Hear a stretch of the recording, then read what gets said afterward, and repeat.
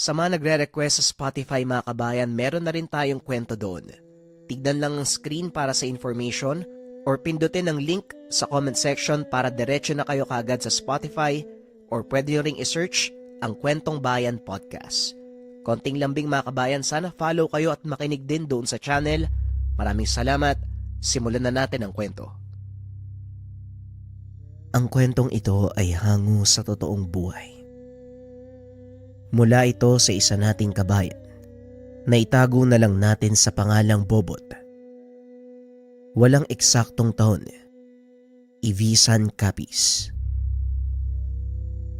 Lolo, andyan na naman sila eh.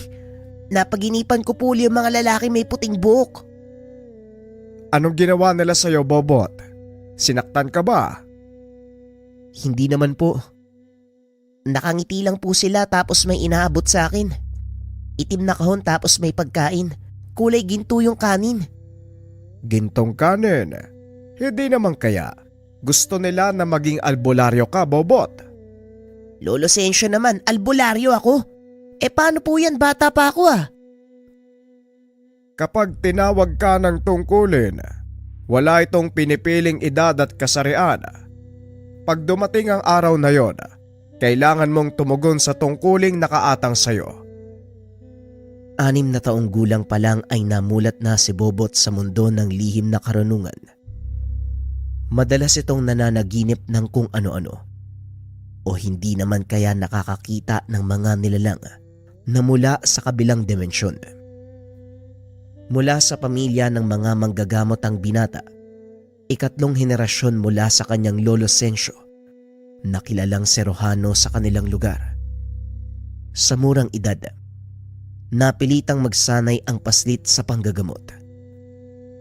Hanggang sa tumungtong ito sa edad na 12, ang pinakaunang pasyente ng binata ay ang kanyang ina. Nakaramdam ng matinding pananakit ng ulo ang ginang.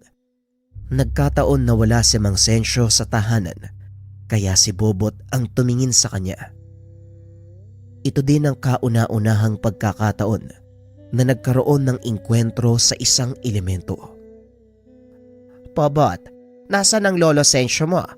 Magpapatingin sana ako. Napakasakit ng ulo ko eh. Wika ni Aling Imang. May pinuntahan lang po sa bayan. Kung gusto niyo po, ako na lang po yung titingin sa inyo. Tugon ng paslit. Marunong ka na ba? Parang hindi kita nakikitang nagseseryoso sa mga tinuturo sa'yo ng lolo mo. Abay oo naman ho, marunong na ako. Lahat ng itinuro sa akin ni lolo tinandaan ko. At alam ko na rin ang karamihan sa mga kaalamang itinuro niya. Sige na po, maupo na kayo dito. Tugon ni Bobot. Naupo ang ginang sa harapan nito at nagsimula ang paslit sa pagtatawas. O ano? May nakita ka ba sa tubig? Shh! Wag ho kayo maingay. Pasensya ka na, Bobot. Maya-maya pa, napahinto si Bobot sa pagpapatulo ng kandila. Tinignan ng matanda. Muling nagbalik sa imaheng namuo sa planggana. Nay, may nasagi po kayong engkanto. San po ba kayo nanggaling kanina? Doon sa kapitbahay. Nangingilang naman ako ng halaman nila. Nagandahan kasi ako eh. Mukha ngang nakasagi ka ng engkanto doon, Nay. Susubukan ko pong tanggalin ang ibinigay niyang sakit sa inyo ha. Wika ni Bobot. Kinuha nito ang libretang nakapatong sa altar. Nagdasal siya bago bumalik sa kinaroroonan ng ina. Sigurado ka ba sa ginagawa mo, Bobot? Mamaya kung ano mangyari sa'yo. Huwag po kayo mag-alala. Alam ko na po ang gagawin ko. Binuksan ng binata ang libreta. Nagsimulang mag-usal ng mga dasal. Inihip ito sa magkabilang palad. Inilapat sa pisngi ni Aling Imang. Matapos ay nag-ihip uli ito ng dasal sa palad. Inilapat naman sa bumbunan ng ina. Nakaramdam ng panghihina ang ginang hanggang sa tuluyan nitong nawalan ng malay. Alam kong nandyan ka sa loob ng katawan ng nanay ko. Magsalita ka. Bakit mo siya binigyan ng sakit? Hindi man kita nakikita, pero masasabi kong isa kang pasit. Ano sa tingin mo magagawa ng kagaya mo sa isang katulad kong engkanto? Sa palagay mo ba ako yung haharap sa'yo? Nagkakamali ka. Kaya ngayon pa lang, alisin mo na ang inilagay mong sakit sa nanay ko. Huwag mo nang hayaang umabot pa sa punto na magalit ang kaibigan ko. Tinatakot mo ba ako? Sa palagay mo, uubra ba ang ginagawa mong yan? Eh di sige, kung talagang matigas ka. Wika ni Bobot. Sabay ihip ng dasal sa noo ni Aling Imang. Biglang sumigaw ang nilalang na sumapi sa ginang. Nagmakaawa itong pakawalan. Pakiusa, pakawalan mo ko. Utusan mo ang alaga mong bitawan ako.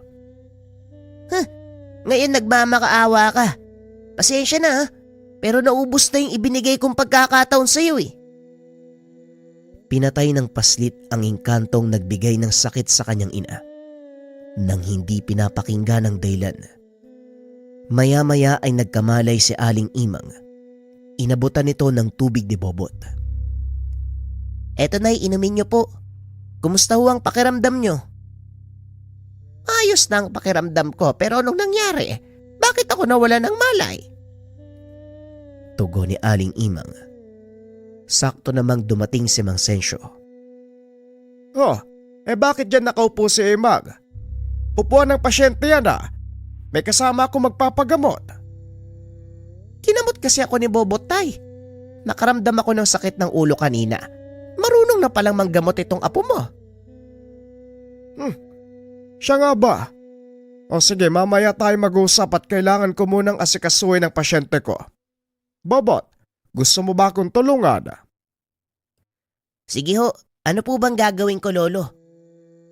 Kunin mo yung langis sa... Teka, bakit nandito ang libreta na madasal? Anong ginawa mo, Bobot? Ginamot ko lang po si nanay. Wala po akong ibang binasa sa libreta nyo. Paano mong ginamot ang nanay mo? Ano ba ang sakit niya? At ikaw bang may gawa ng pagtatawas na ito? Opo, ako po'y may gawa ng tawas. Sabihin mo sa akin, bakit nakabuklat ang libreta sa aklat ng mga pamparusa? Kasi nga po, binigyan ng sakit ng isang engkanto si nanay. Kaya pinarusahan ko. Pinarusahan mo? Ay nako, mag-uusap tayo mamaya. Hala sige, pumasok ka sa silid. Huwag kang lalabas hanggat hindi kita tinatawag. Alam ni Bobot na galit ang matanda. Ngunit hindi niya alam kung bakit. Pumasok sa kwarto ang paslit. Matyagang nag-antay na tawagin ng kanyang lolo Sensyo hanggang sa hindi nito na malayang nakaidlip na pala siya. Maya-maya ay narinig nito ang boses ng matanda. Dali-dali siyang bumangon. Paglapat ng mga paa sa sahig. Laking pagtataka dahil naramdaman niya ang makapal na damuhan. Salip ang kawayang sahig ng kanilang tahanan. Inikot ng paslit ang tingin sa paligid. Napagtanto na nasa ibang lugar na naman siya. Ngunit sa pagkakataong iyon, tila hindi siya panaginip dahil nararamdaman niya ang lahat. Nasa loob ng makapal na kagubatan si Bobot na napapaligiran na naglalakihang puno. May naririnig itong mga nilalang na tumatawa at nagkakantahan. Hindi pamilyar sa kanya ang lugar na iyon, kaya bagyang nakaramdam ng takot ang paslit. Maya-maya pa, muli niyang narinig ang tinig ng Mang Sensyo. Huwag kang matakot, Bobot. Nandito ka sa loob ng aking dome. Ito ang teritoryong kanlungan ng aking kaluluwa sa tuwing gusto ko magpahinga. Wika ni Mang Sensyo. Alam ni Bobot ang tungkol sa dome at kung para saan ito. Paulit-ulit na pinapaliwanag ng matanda sa kanya ang kahalagahan ng pagtatatag ng isang matibay na dome, pati na rin ng puder, lalo na kapag nanggagamot. Ginagawa lang ito ng matanda sa mga pasyente niyang nangangailangan ng espiritual na tulong. Bakit po pinapasok niyo ako dito? May problema po ba sa akin? Wala namang problema sa'yo, Apo. May gusto lang akong itanong eh. Ano ang ginawa mo sa nilalang na nagbigay ng sakit sa nanay mo kanina? Tinanong ko lang po siya, Lolo. Pero nagmatigas po eh. Minaliit pa ako, ang sabi niya, wala daw magagawa ang batang kagaya ko. Kaya ginamit ko yung susi ng dalakit. Nagpakawala ako ng 4 na dalakit nun para parusahan yung engkanto sa loob ng katawan ng nanay ko. Alam mo ba ang dahilan kung bakit niya binigyan ng sakit ang nanay mo? Tanong ni Mang Sensyo. Biglang naalala ni Bobot ang isa sa mahalagang turo ng binata. Ito ay palaging alamin ang dahilan ng lahat. Hindi ko po nagawang tanungin ng nilalang eh. Aminado po ako. Pagkakamali ko yun. Patawad po, Lolo. Hindi mo dapat sabihin sa akin yan, Bobot. Kung hindi sa nilalang nakamuntikan mo ng mapatay. Mabuti na lang, pinakinggan ng mga dalakit ang paliwanag ng nilalang at hindi nila tinuluyan. Kasalanan ng iyong ina kung bakit siya pinarusahan ng elemento. Aminado siya doon.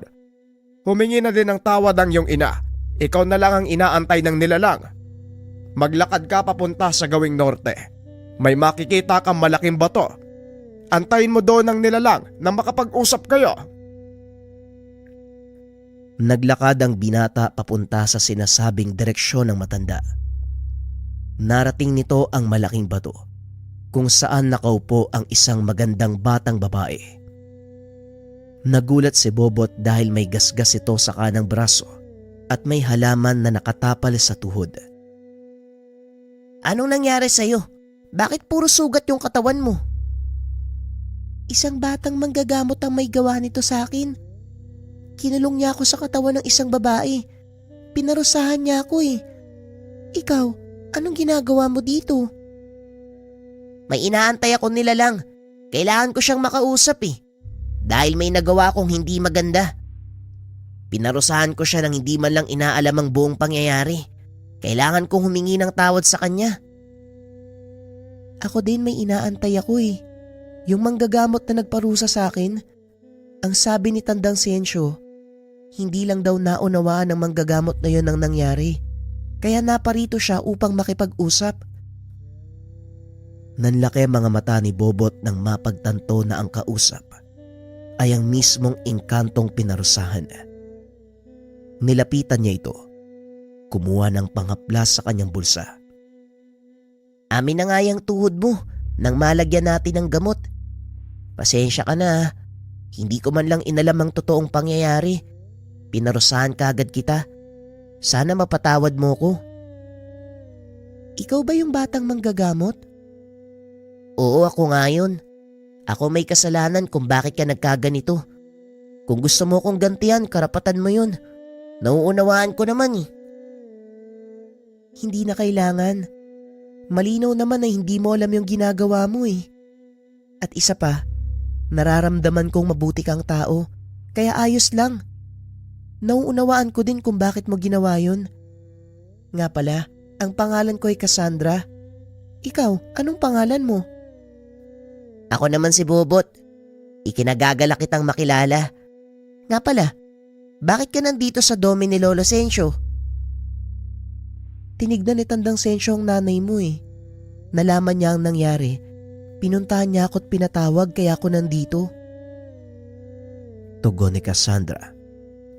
Nag-usap pa ang mga ito tungkol sa maraming bagay, gaya ng pinagmula ng batang engkanto at kung ano ang kakayahan nito. Nalibang ang dalawa sa pag-uusap hanggang sa kinakailangan ng umalis ni Cassandra. Magkikita pa ba tayo uli? Bakit?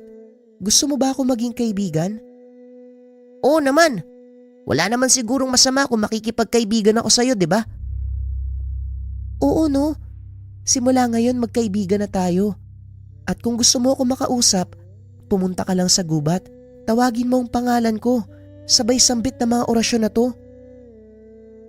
Matapos ibigay ang orasyon, Mabilis na naglaho ang batang engkanto. Tila hinigop naman pabalik sa pinagmulan si Bobot. Naramdamang bumagsak siya sa sahig. Aray! Ang sakit ng puwet ko, teka. Nakabalik na pala ako sa kwarto? Wika ni Bobot. Akmang tatayo na sana ito nang biglang magsalita si Mang Sensyo. Siguro naman ngayon, magtatanda ka na. Opo. Mahalagang aral lang itinuro niyo sa akin. Lagi ko pong tatandaan yun. Tugon ng paslit. Matapos ang kaganapan, natutunan ni Bobot ang pinakamahalagang bagay tungkol sa panggagamot. Ito ay ang pagiging mapagkumbaba at ugaling masiyasat bago gumawa ng anumang aksyon. Simula ng araw na yun, hinayaan na ni Mang Sensyo ang paslit na tumulong.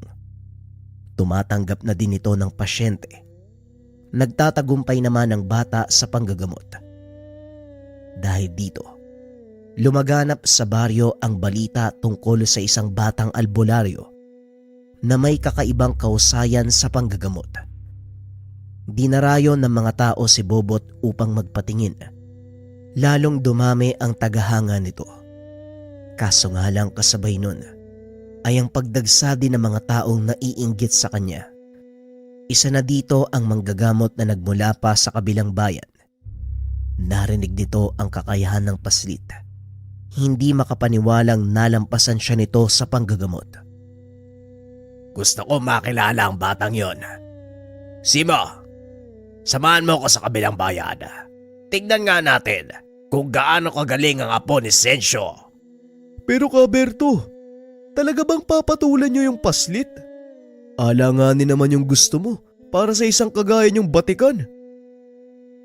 Hindi alanganin yon, Berto. Ang pagiging manggagamot ay walang pinipiling edad.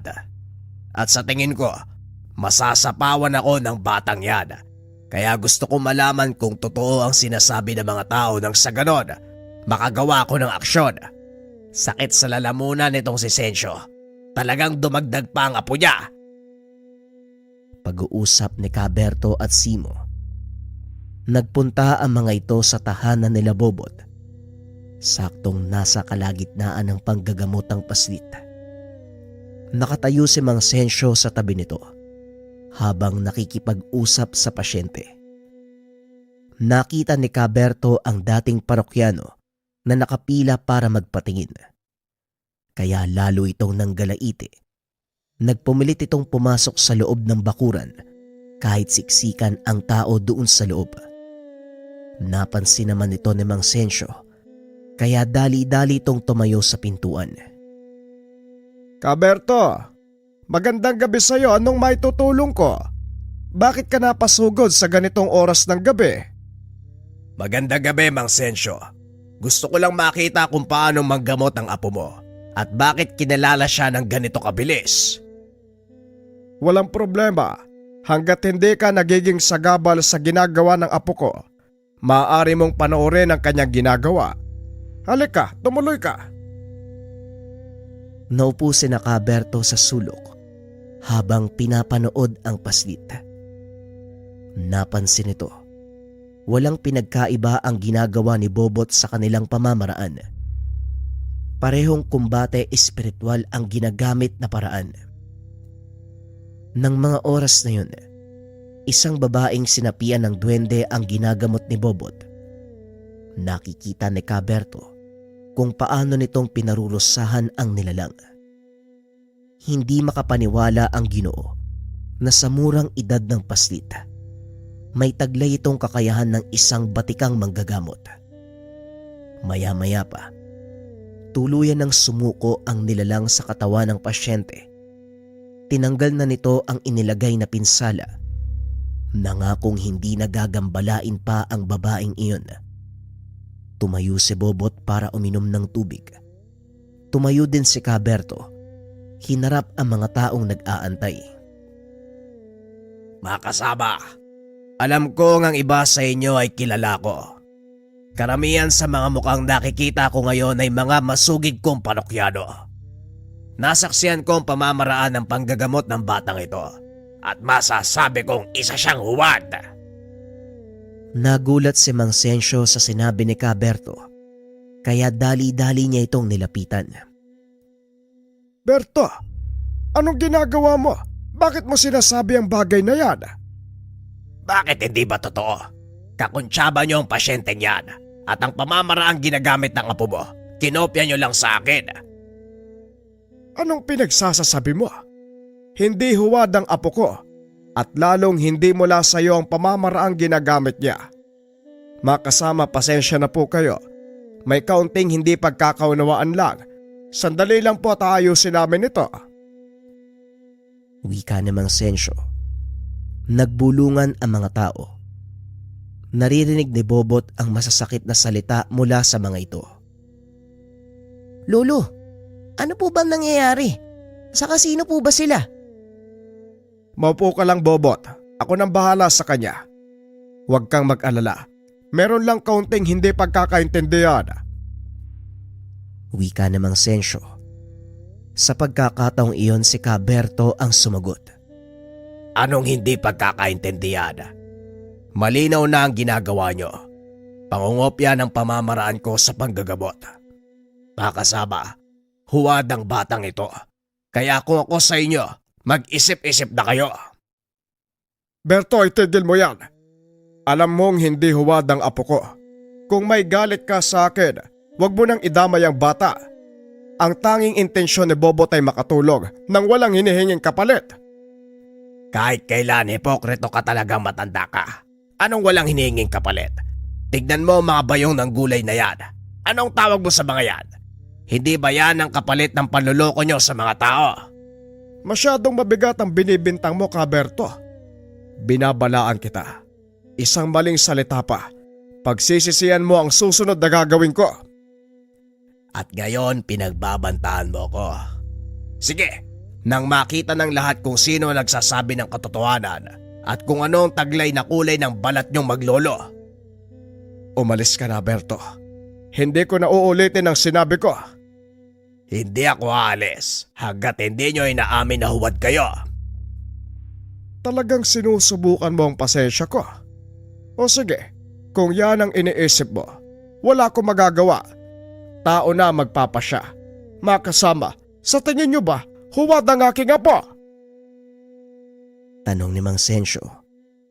Ngunit wala ni isa sa mga ito ang nagsalita. Maging ang pasyenteng kakatapos lang gamutin ni Bobot, piniling manahimik. Hindi makasagot ang mga tao. Nangangahulugan lang na hindi sila lubusang nagtitiwala sa apo mo, tanda. Makasama, nasa inyo ang pagpapasya. Ang intensyon ko lang, isiwalat ang katotohanang huwad ang batang albularyong to. Wika ni Caberto. Nagulat ito nang biglang sumigaw si Bobot. Hindi totoo ang sinasabi mo. Hindi ako peke. At ngayon, papatunayan ko sa'yo. Wika ng paslit. Naglakad ito papunta sa mga tao. Nilapitan ang isang matandang walang malay. Puno ng sugat ang katawan nito, na tila unti-unting kinakain ng uod. Nakatayo lang ang paslit sa tabi, habang hawak ang kamay ng matanda. Nasa tabi mo ko, Bobot. Ako nang bahala sa sakit ng matandang yan. Ipakita mo sa kanila na totoo ang sinasabi mo.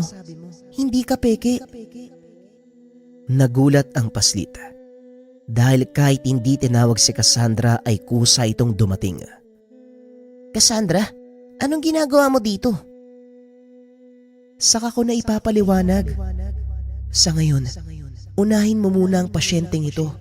Sundan mo mga sasabihin ko. Nagbulong ng mga dasal si Cassandra sa tenga ni Bobot. Sinundan naman ito ng binata. Matapos ay inilabas nito ang langis na nasa bulsa. Pinahiran ang mga sugat at sa mismong harapan ng maraming tao, unti-unting natuyo ang nabubulok nitong laman hanggang sa tuluyang maghilom. Nanlaki mga mata ng karamihan, napuno ng bulong-bulungan ang paligid. Ayon sa mga ito, nakakapaghimala si Bobot. Maging si Mang Sensyo, hindi inasahang magagawa ito ng apo ng ganong kabilis. Ngayon, Berto, masasabi mo bang peke ang apo ko? Tanong ng matanda. Napaya ng husto si Caberto, kaya umalis ito ng walang paalam. Ngunit bago pa man tuluyang makalabas ng bakuran, nag-iwan ito ng banta kay Bobot. Tandaan mo may araw ka din. At sa oras na mag-cross ang landas natin, Bubuit, sisiguraduhin kong walang matitira sa'yo. Tandaan mo ang araw na ito dahil hindi ako titigil hanggat nakikita kong gumagalaw ka. Wika ni Caberto. Hindi naman nakasagot si Bobot. Bahagya itong natakot dahil hindi niya maintindihan ang dahilan kung bakit yun ginawa ng Ginoo. Gayong pareho silang manggagamot na ang intensyon ay makatulong sa kapwa. Dahil sa kaganapan, nagpasya si Mang Sensyo na pansamantalang itigil ang gamutan. Itutuloy na lamang ito kinabukasan. Naunawaan naman ng mga tao ang kalagayan nila. Nagulat si Bobot sa mga nangyari. Alam ng matanda na hindi siya makakagalaw ng maayos sa panggagamot. Ayos ka lang ba, Bobot? Wala naman siyang ginawa sa'yo, hindi ba? Tanong ng matanda habang nakaupo sa harap ng paslit. Wala naman po, Lolo. Pero bakit po ganun si Caberto? Hindi ba pareho lang naman kaming manggagamot? Bakit kailangan niyang manira ng kapwa? Nahalata ng matanda ang matinding kalungkutan sa boses ni Bobot kahit biyasa na ito sa panggagamot. Hindi pa rin maitatanggi na isa pa rin siyang paslit. Hayaan mo na sila, Bobot. Alam mo, sa mundong ginagalawan natin, may mga tao talagang ayaw malamangan ng kapwa. Kaya gagawin nila ang lahat para sirain ito at yon ang nangyari kay Berto. Hindi ba pwedeng magtulungan na lang kaysa manira pa ng kapwa? Isa lang naman ang hangarin namin Kahit anong gawin natin, may mga taong talagang kagaya nila. Ipasa Diyos mo na lang ang lahat. Siya ang higit na nakakakita kung sino ang mabuti. Muling wika ni Mang Sensyo.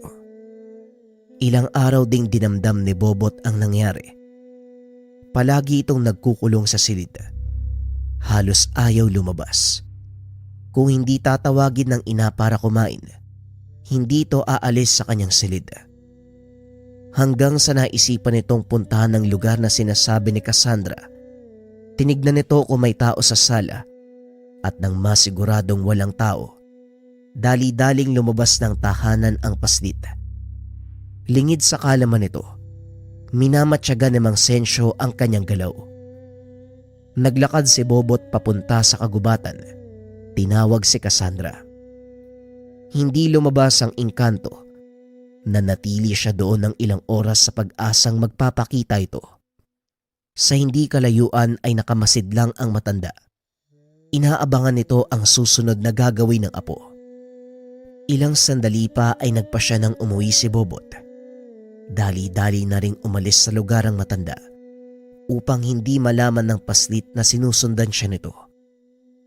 Matamlay na pumasok ng tahanan si Bobot dahil hindi nagpakita ang kaibigang engkanto. Dumiretso ito sa kanyang silid, muling nahiga sa kama. Maya-maya ay lumitaw si Cassandra sa kanyang tabi. Pasensya ka na kung hindi ako nagpakita kanina. Sinundan ka ni Mang Sensyo kaya natakot ako magpakita. Sa totoo lang, wala kasi akong tiwala sa kanya Ganun ba? Ibig sabihin nandun ka rin kanina? Oo naman naroon ako. Kaya nga nakita ko ang lolo mo Pero ano bang nangyayari sa'yo? Ilang araw ka nang hindi lumalabas sa silid Dahil doon sa nangyari, Cassandra, masama pa rin ang loob ko sa mga narinig ko mula kay Caberto. May mga manggagamot din palang inggit sa kapwa nila. Hindi mo maiiwasan yun, Bobot. Ang isipin mo na lang, tama ang ginagawa mo. Hayaan mo sila. Siraan ka man nila sa iba, ang mga bakas ng iyong kamay ang siyang magpapatunay na malinis ang hangarin mo at totoo ka sa ginagawa mo. Napangiti si Bobot. Kahit papano ay nabuhayan ng loob. Nag-usap pa ang dalawa ng matagal hanggang sa nakumbinse ng batang engkanto si Bobot na bumalik na sa panggagamot. Matapos ang pag-uusap, lumabas ito ng silid at nilapitan si Mang Sensyo. Oh, bakit parang biglang nagbago yung reaksyon ng mukha mo? Ano bang nakain mo? Wala nga po, Lolo. Pero hindi po yan ang inilapit ko sa inyo. Gusto ko na po ipagpatuloy ang panggagamot. Sinasabi ko na nga ba't magigising ka ring bata ka? O siya, kumain ka muna at tamang-tama mamayang hapon. Pupuntahan ko yung isang babae doon sa kabilang baryo. Gusto kong sumama ka sa akin. Wika ng matanda. Matapos kumain ay nag-ayos ng sarili si Bobot. Isinuot nito ang kanyang maliit na bag na pinaglalagyan ng mga libreta, langis, at mga pangontrang ibinibigay sa mga nagiging pasyente. Kinuha din ito ang lumang tungkod ni Mang Sensyo. Paglabas ng tahanan, pinagtatawanan pa ito ng matanda dahil sa kanyang ayos.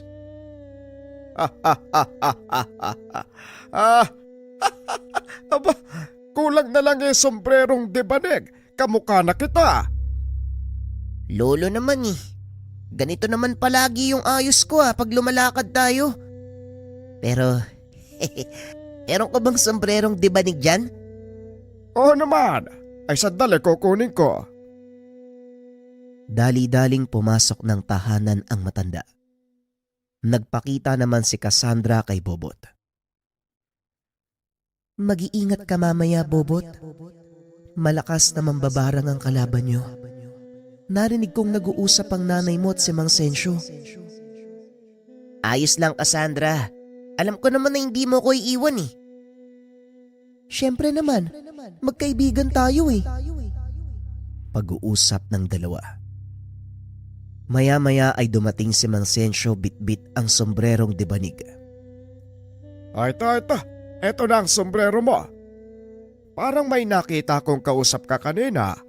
Sino ba yon? Guni-guni mo lang yung lolo. Wala po akong kausap dito. Halika na bago pa tayo buta ng dilim mo. Tugon ni Bobot. Naglakad ang dalawa palabas ng bakuran. Matawa-tawa si Aling Imang nang makita ang maglolong naglalakad ng sabay na parang ginagaya ng paslit ang kilos ng matanda. Aba Bobot, parehong-pareho ang ayos niyong dalawa. Ay talagang idolo mo ang Lolo Sensyo ano? Wika ni Aling Imang habang pinagmamasdang maglakad palayo ang anak. Napagtanto nito na malayo na ang narating ng bata at malayo pa ang mararating nito sa piniling larangan. Ilang sandali pa ay narating na nila ang tahanan ng pasyente. Maraming taong nakaabang sa labas, bagay na ipinagtataka ng matanda. Ano kayang ginagawa ng mga taong yan dito?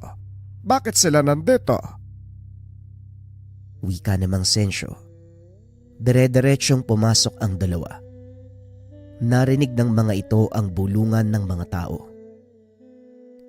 Mukhang inaasahan nila yung pagdating natin, Lolo. Nandito sila para panoorin yung gagawin nating panggagamot.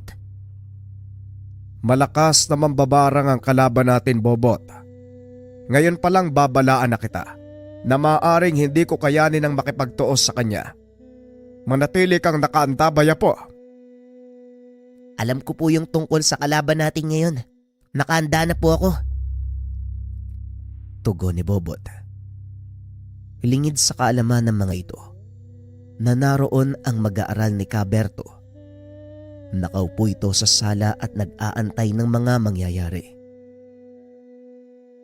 Mabuti naman at dumating na kayo, Mang Sensyo. Huwag kang mag-alala dahil wala naman akong gagawing masama eh. Manonood lang ako. Titignan ko nung gagawin mo sa mambabarang na nagbigay ng sakit sa taong to. Wika ni Simo. Wala akong pakialam sa pakay mo dito. Hanggat hindi ka nakakasagabal sa gawain namin ng apo ko, wala ka magiging problema. May magagawa ka nga ba? Balita ko, 5 batikang manggagamot na ang tumingin sa taong to, pero lahat sila walang nagawa. Wika ni Simo. Napangiti na lang si Mang Sensyo at sinimulang kausapin ng pasyente. Habang ginagawa niya ito, si Bobot naman ay tinitignan ng masama ang mag-aaral ni Berto. Anong tinitingin-tingin mong bubuit ka? Baka gusto mong... Wag mo nang pansinin ang taong yan, Bobot. Malakas lang kumain yan. Halika na dito. Kailangan ko ang tulong mo. Ikaw ang tumawas sa kanya. At ako na ang bahalang maglagay ng poder para walang asungot na makialam sa gagawin nating panggagamot. Naglakad palapit kay Mang Sensyo ang paslit habang nakatingin ng nakakaloko kay Simo. Lalo naman itong naasar nang inilabas ng binata ang kanyang kamay at ipinakita ang gitnang daliri. Meron pala ako ibibigay sa'yo, Manong Simo. Ayan oh, tignan mo yung daliri ko. Natawa ang mga nakakita sa ginawa ni Bobot. Walang magawa si Simo kung hindi pigilan ang sarili. Mamaya ka sa akin. Mamaya ka sa akin, bubuit ka. Sinimulan ni Bobot ang pagtawas, habang si Mang Sensyo naman ang naglalagay ng puder sa paligid. Ilang sandali pa nagulat ang lahat dahil biglang sumabog ang hawak na kandila ng paslit. Malakas nga po ang isang tulolo, pero nagawa ko pong matunto ng kanyang kinaroroonan. Magaling nga po. Ngayon sa tingin mo, magagawa ba natin siyang hulihin? Magagawa natin siyang ulihin, pero sa antas ng pangangatawan ng pasyente, malabong mapasapi natin ang mambabarang dahil maaaring ikamatay na ito ng ginagamot natin. Magaling, Bobot. Ngayon, ano ang pinakamabisang gawin?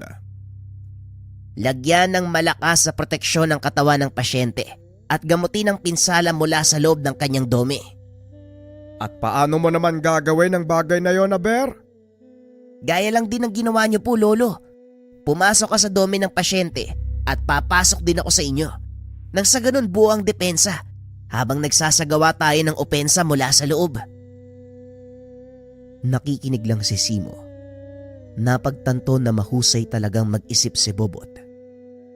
Hindi lang yun. Nararamdaman din ito ang presensya ng malakas na nilalang na nasa loob ng katawan ng paslit. Nagpa siya itong manatili para mag-obserba. Ginawa ng dalawa ang plano ni Bobot. Parehong nakaupo ang mga ito sa tabi ng pasyente habang nakapikit ang mga mata. Nang mga sandaling iyon, nasa loob na ng dome ng pasyente si Mang Sensyo. Inaantay naman ni Bobot ang hudyat mula sa matanda upang pumasok. Maya-maya pa, kinalabit ni Mang Sensyo ang kamay nito. Alam ni Bobot na yun na ang hudyat ng kanyang lolo.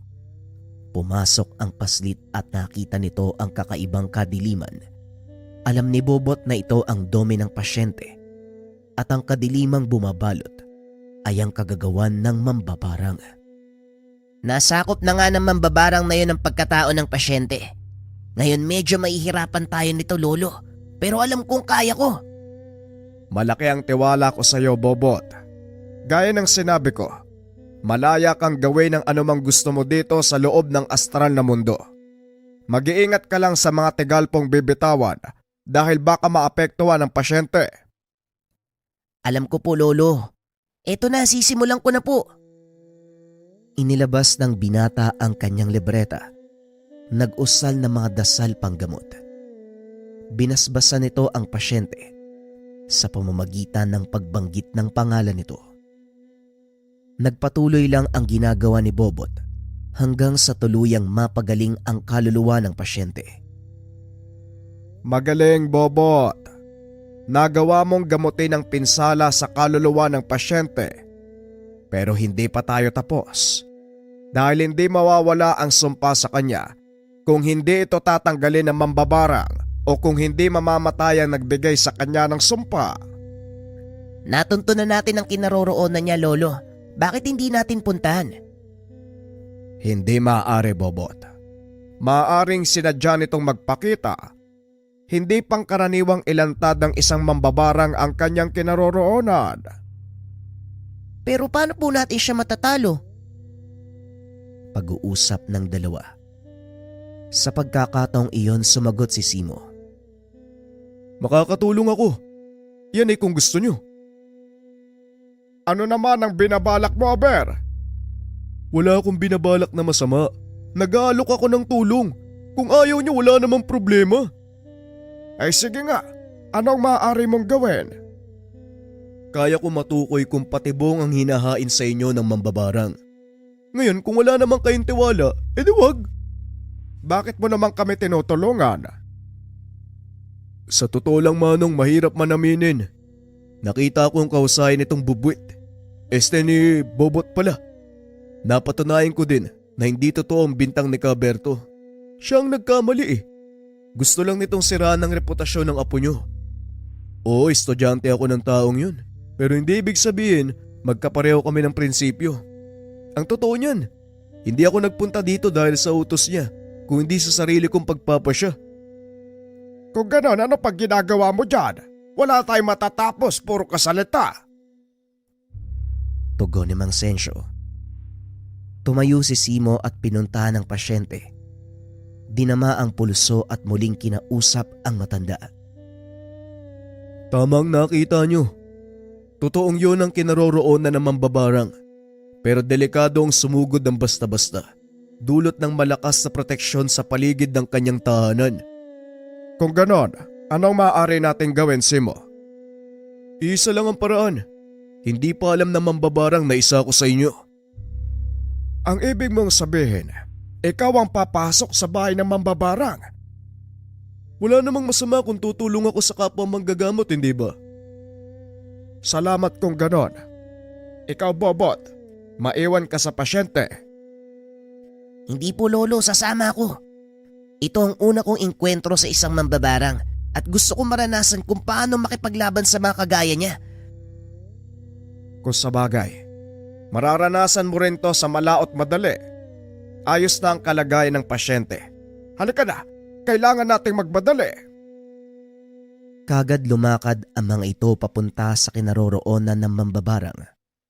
Habang nasa daan kinausap si Simo ni Bobot.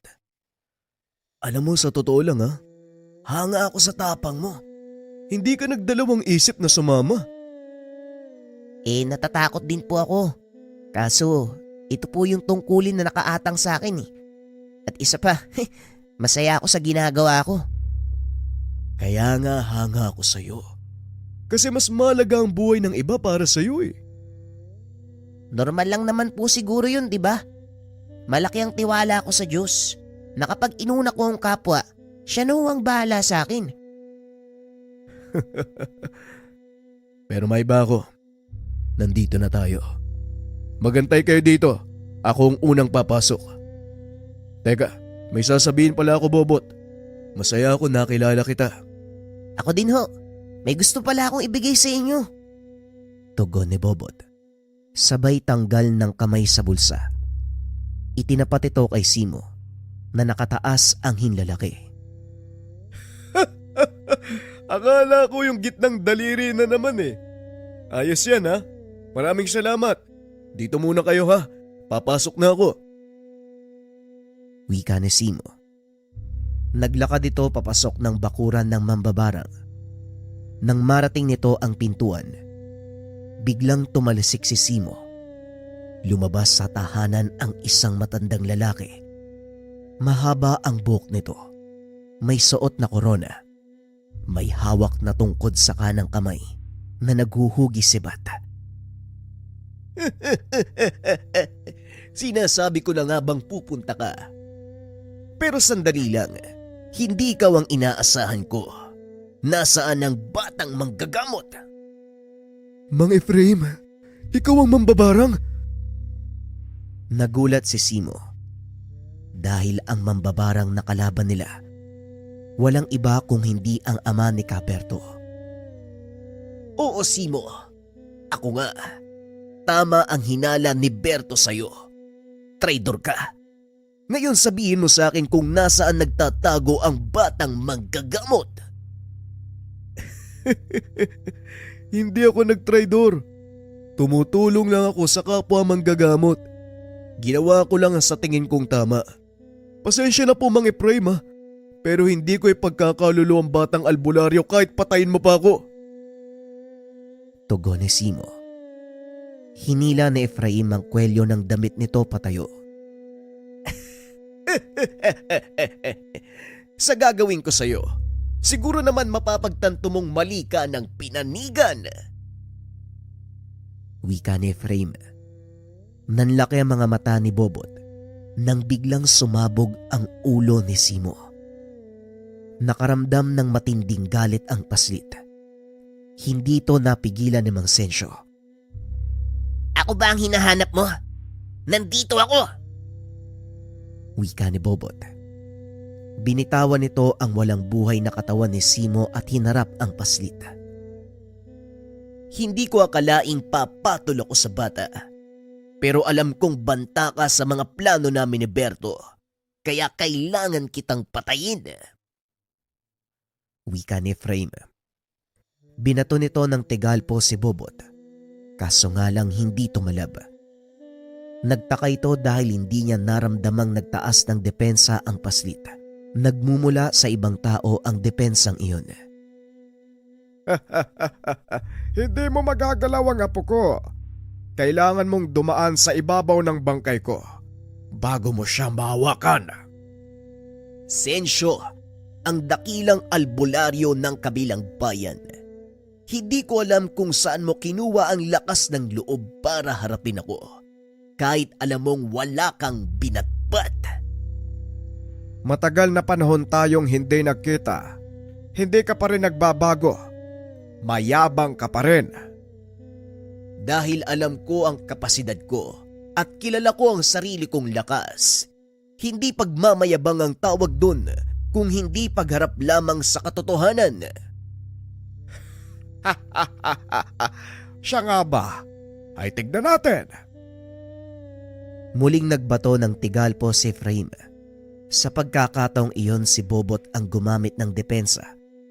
Biglang napalingon ang dalawang matanda dahil hindi nila akalaing magagawang kontrahin ng paslit ang ganong kalakas na atake. Alam ni Mang Sensyo na kung sakaling tamaan siya nito, maaari niyang ikamatay.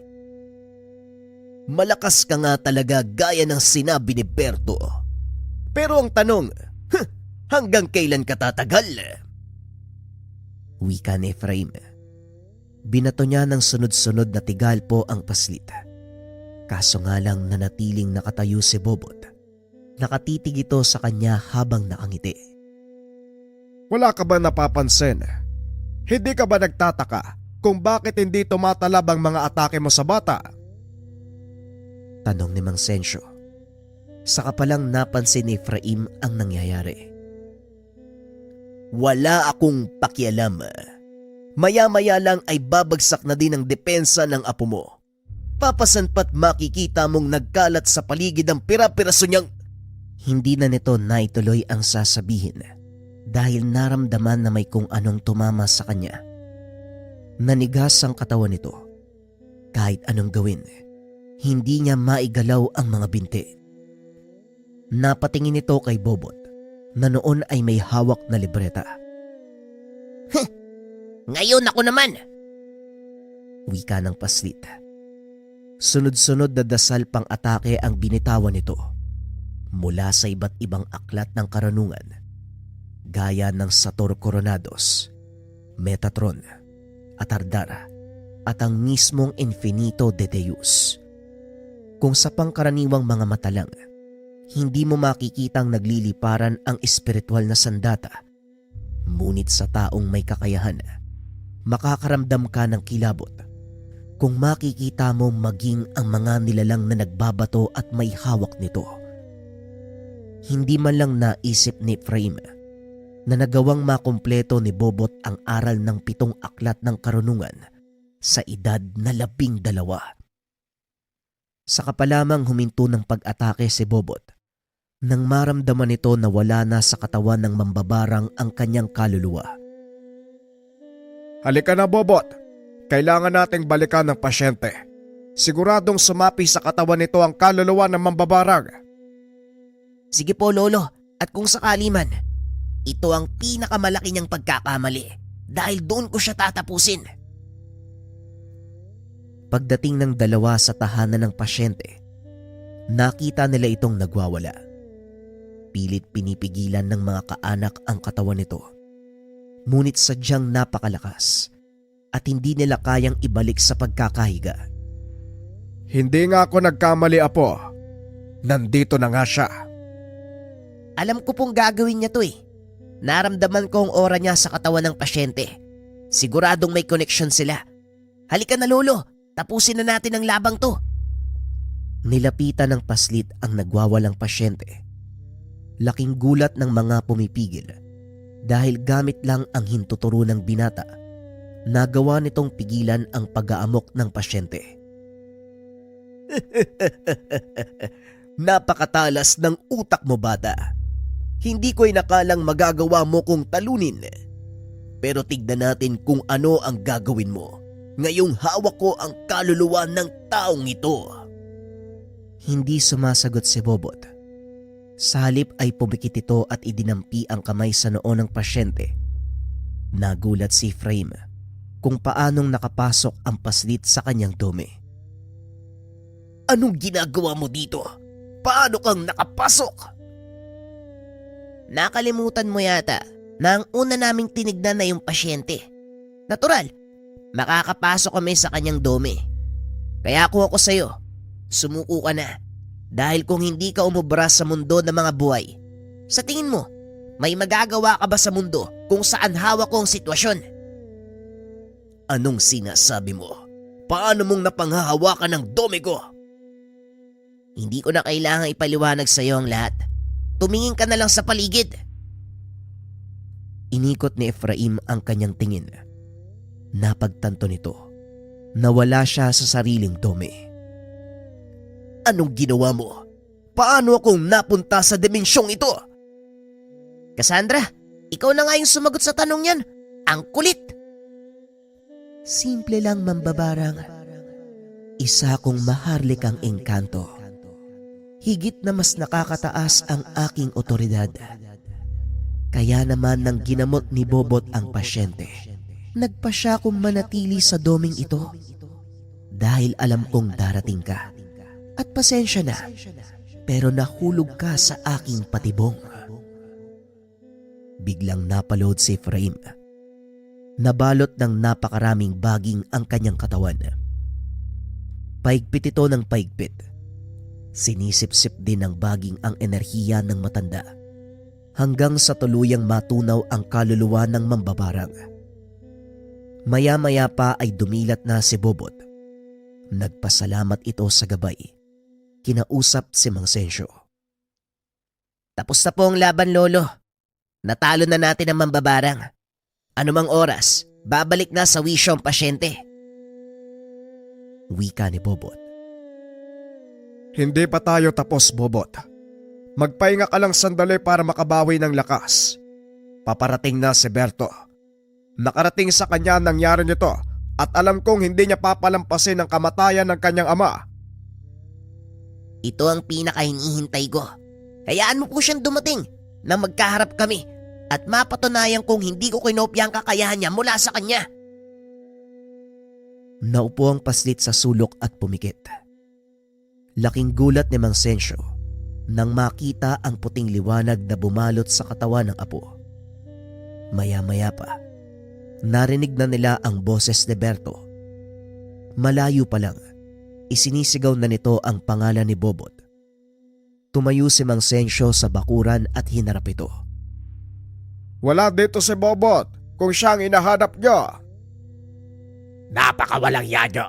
Nagnakaw na nga kayo ng kakayahan mula sa akin. Pinatay niyo pa ang tatay ko. Pwede bang itigil mo ang pag-akto na ikaw ang biktima? dahil alam ng lahat ang totoo mong kulay, Berto. Isang bagay lang ang sisiguraduhin ko sa iyo. Yon ay ang kamatayan mo, pati na rin ang kamatayan ng iyong abo. O talaga? Bakit hindi mo subukang sumugod? Sinugod ni Berto ang matanda. Nagbato ito ng mga dasal pang tigalpo, ngunit hinawi lang ito ni Mang Sensyo. Mayabang ka talaga, Sensyo. Pero hindi ako magpapatalo sa iyo. Pagbabayaran niyo ang kamatayan ni tatay at ng estudyante ko. Sa totoo lang, hindi ako ang dapat humarap sa iyo kundi si Bobot. Alam mo bang nanggigigil sa iyo ang apo ko? Pero sa kasamaang palad natutulog kaya ako muna ang makikipaglaro sa iyo. Wala akong pakialam sa iyo, tanda. Muling nagbato ng dasal si Berto. Sinabayan pa ito ng pisikal na atake. Sa pag-aakalang magagawa niyang talunin ang matanda, ngunit lingid sa kaalaman ng kalaban na eksperto sa kombate pisikal ang matanda, kaya hindi umubra ang mga atake nito. Maya-maya pa, naramdaman ni Mang Sensyo ang presensya ni Bobot. Nilingon nito ang sulok kung nasaan ang paslit. Wala na ito doon sa lugar. Nagulat na lang si Berto nang makitang nakatayo na si Bobot sa kanyang harapan. Akmang susuntukin na sana nito ang paslit nang bigla naman tumilapon palayo. Ang ingay din talaga ng bunganga mo, ano? Walang yaka. Ang lakas ng... Hindi na nagawang tumayo ni Berto dahil muli itong sumubsob sa lupa. Ano yun? May sinasabi ka ba? Tugon ni Bobot.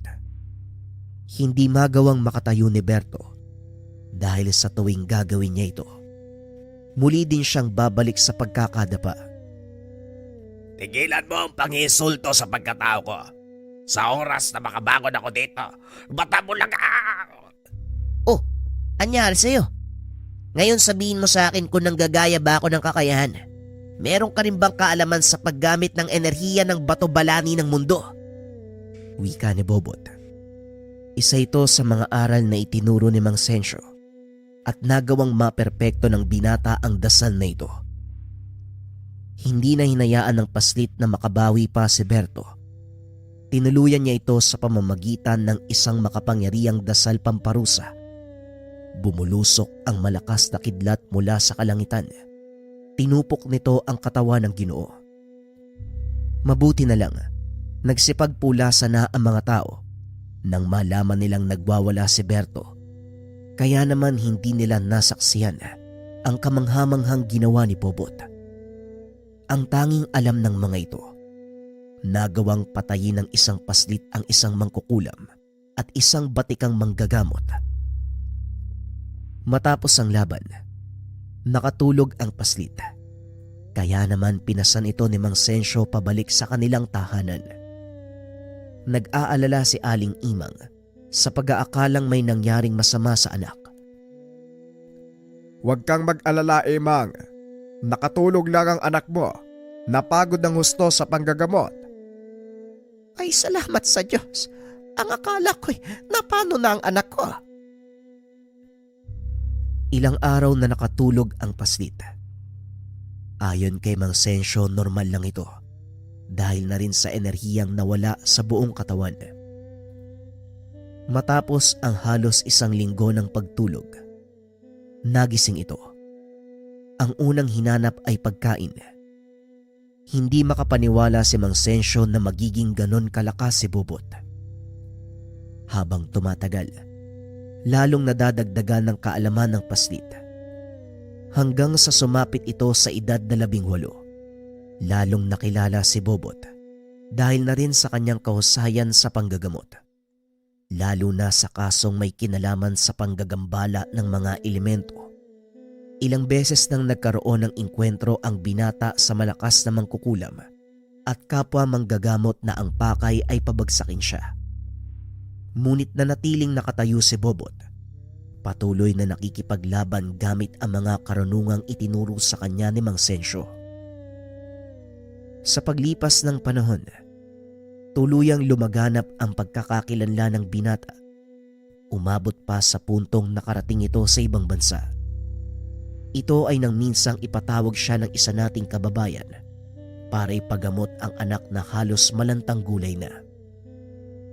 Nagawa itong pagalingin ng binata sa pamamagitan ng espiritual na panggagamot at kausayan nito sa panghihilot. Laking pasasalamat ng taong iyon, kaya naman pinagkalooban nito ng sariling bahay at lupa ang binata, ngunit tinanggihan nito ni Bobot. Ang dahilan ng binatang Bobot: "Hindi ko po kailangan ng karangyaan. Mawawala din sa akin yan pagdating ng panahon. Kaya ibigay nyo na lang po sa mas nangangailangan. Sapat na sa akin na makatulong at makita kayo masaya." Ito ang kadalasang sinasabi ni Bobot sa mga pasyente, lalo na kung nag-aalok ang mga ito ng malaking halaga o hindi naman kaya mamahaling kagamitan. Alam mo anak, hanga din ako sa prinsipyo mo. Kung tinatanggap mo lang yung mga bagay na ipinagkakaloob sa'yo, di sana mayaman ka na. Alam ko po yun ay. Kaso hindi naman po yaman ang iniipon ko eh. Hindi kayamanan sa mundong ito. Kung hindi kayamanan sa langit. Mas mahalaga po yun kaysa sa ginto, pilak, limpak na salapi. Balang araw mawawala din yan at hindi natin maisasama sa kabilang buhay. Pero ang kayamanang naiipon natin sa langit, sa oras sa sunduin tayo ng Ama, matatamasa natin ang lahat ng yun. Tugon ng binata. Bagaman sa kasalukuyang panahon ay wala na si Bobot, naiwan ang legasiya nito sa kanyang mga anak, pati na rin apo. Patuloy nilang isinasabuhay ang mga aral at prinsipyo ng kanilang ama, na minsang kinilala bilang mahusay na manggagamot sa kanilang baryo. Taas noong ipinagmamalaki sa lahat na sila ay mula sa angkan ng Batang Albularyo.